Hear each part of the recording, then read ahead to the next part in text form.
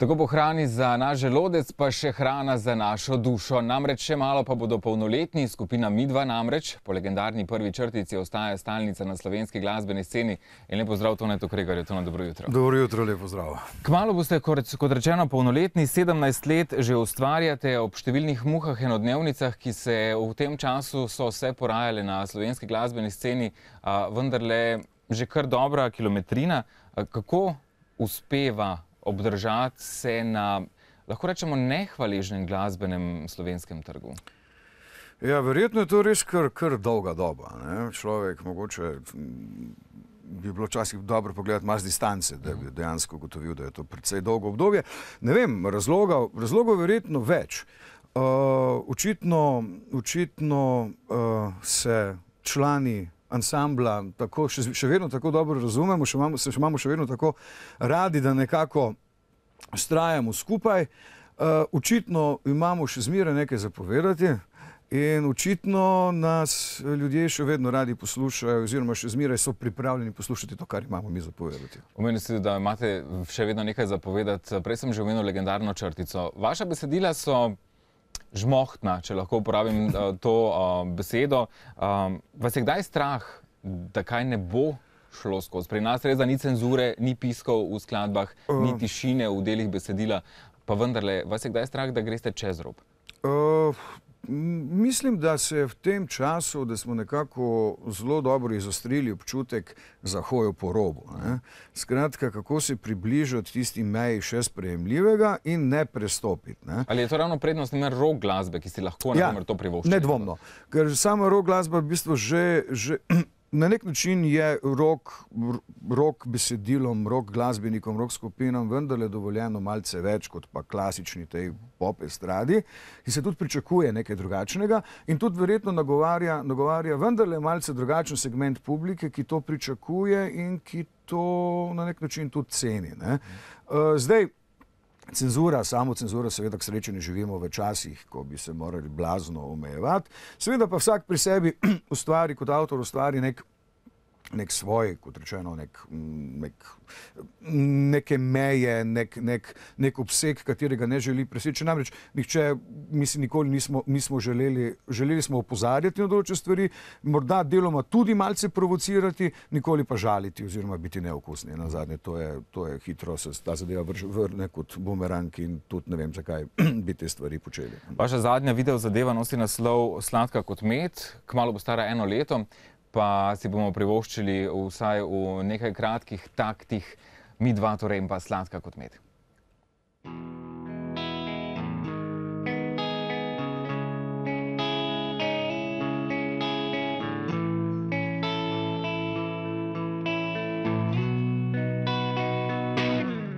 Dobro vem, da od spominov bolj otožno se živi, da obrabljene vse rime so na maj. A me vleče kakor druge, ki so bivali kdaj tam, da odtavam spet tja v tisti mali kraj. Pod goro, pod grad pekarno, zvonjem kruha zjutraj ob 3.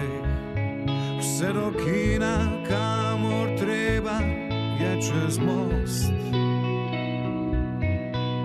Gorco pred oltar, mali nočni bar, na topli jug, na sonce in mladost. Bila je sladka kot med, bila je nežna kot cvet, bila je boljša od drugih 10. Jaz pa hotel sem svet, svojo zvezdo ujet in jo pusto počasi vedet. Kakor takrat slišim zvoke, vidim barve, tripam stvari. Padam sneg, sušim obraz pod Maurico in še čutim njen korak Sladka kot med je bilo torej skupina Mi2 risani videospot. Zakaj ste se odločili, da se ne pokažete? Ste že v teh letih, ko raje vidite narisane podobe, kot sami ja, sebe na skoraj, televiziji? ne samo mi, verjetno tudi gledalci. Namreč s temi spoti je pri nas križ, seveda. Ne? In mi nikoli nismo sloveli kot bend, ki bi dejansko imel neke vrhunske spote. Predvsem zato, ker smo navadno zmeraj posvečali premalo pozornosti. Skratka, premalo smo se angažirali, za razliko od tega, koliko se angažiramo recimo pri živih nastopih, pri posnetkih, je to res taka malo bolj slabša stran našega benda. No? Zato smo s toliko večjim veseljem sprejeli ponudbo našega prijatelja in kolega režiserja Aleša Nadaja, ki je se sam nekako ponudil, da video je, ko je poslišal to pesem in mu bila všeč, je takoj nekje si jo vizualiziral in to je tudi njegovo delo ob pomoči njegove kolegice, prav tako študentke Praške FAMU, sicer pa Japonke, Primka, pa Primek sem pa že pozabil, kakorkoli. Skratka, in to je spot, ki je v bistvu nekako glavni, ki je nosilen spot z naše prejšnje plošče, Rock'n'Roll za pesem Sladka kot med, ki na nek način predstavlja pesem, pa tudi spot neke vrste omaž, poklon kraju, odkoder prihajamo, se pravi Rogatcu. Pesem zveni kot res taka nežna, ljubezenska pesem, čeprav je treba, in tudi je, čeprav ne govori o ženski, ne, ampak govori o minevanju, govori o mladosti. Kot rečeno, je tale spot že skoraj star 1 leto. Kaj pripravljate novega? Predvsej sicer koncertirate. Kdaj se boste zaprli v studio? Drži. Letošnje leto je bilo, kar se tiče koncertov, izredno pestro, izredno polno in napeto in zanimivo in zabavno. Verjetno tudi zato, ker smo pomladi izdali dvojni živi album oziroma dvojni CD in trojni LP, kar je posledično seveda pomenilo ogromno koncertov, ki še kar trajajo in se zaključujejo tako rekoč zadnji dan letošnjega leta.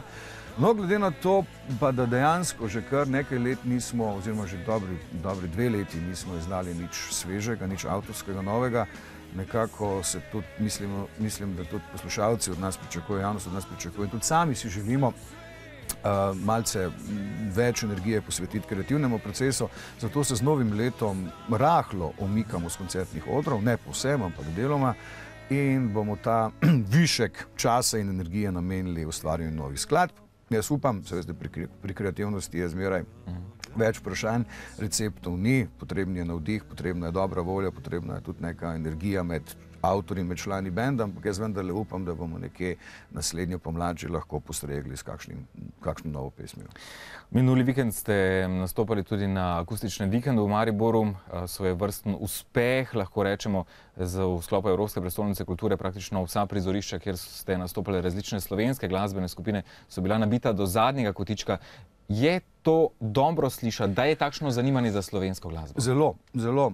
Ne samo zato, ker je seveda tudi naš koncert v kulturno-glasbenem brlogu na Lentu bil zelo, zelo dobro obiskan, oziroma žal, jaz se opravičujem vsem, ki niso mogli not, imajo mogoče še eno možnost 7. decembra na Svečini, ker bo prav tako akustični koncert, ampak kakorkoli, veseli me, da je dejansko, da je bil tako pozitiven odziv na to ponudbo slovenske glasbe, kvalitetne slovenske glasbe, kar pomeni, da je slovenska avtorska glasba dejansko dobro zapisana pri poslušalcih.